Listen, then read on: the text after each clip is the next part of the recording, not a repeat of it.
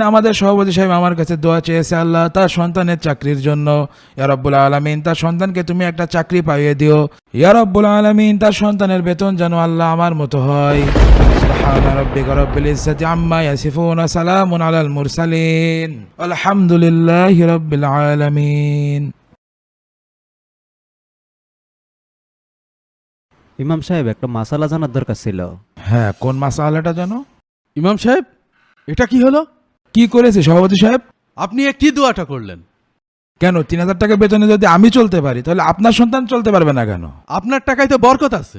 ও, বরকত আছে? তাহলে আপনার ছেলের বেতনটা আমাকে দিন, আর আমার বেতনটা আপনার ছেলেকে দিন। বরকতটা আপনার ঘরেই যাক। আমার মুখে মুখে তর্ক, আপনার বিরুদ্ধে এখনই আমি ব্যবস্থা নিচ্ছি। আসলে একটা জিনিস কি জানেন, ইমাম পাল্টানো খুবই সহজ, কিন্তু কমিটিতে থাকা আপনাদের মতন ঘুষখোর সুদ করতে পাল্টানো ঠিক ততটাই কঠিন। আব্দুল্লাহ ভাই আসেন। আমি সভাপতি, তোর চাকরি কিভাবে থাকে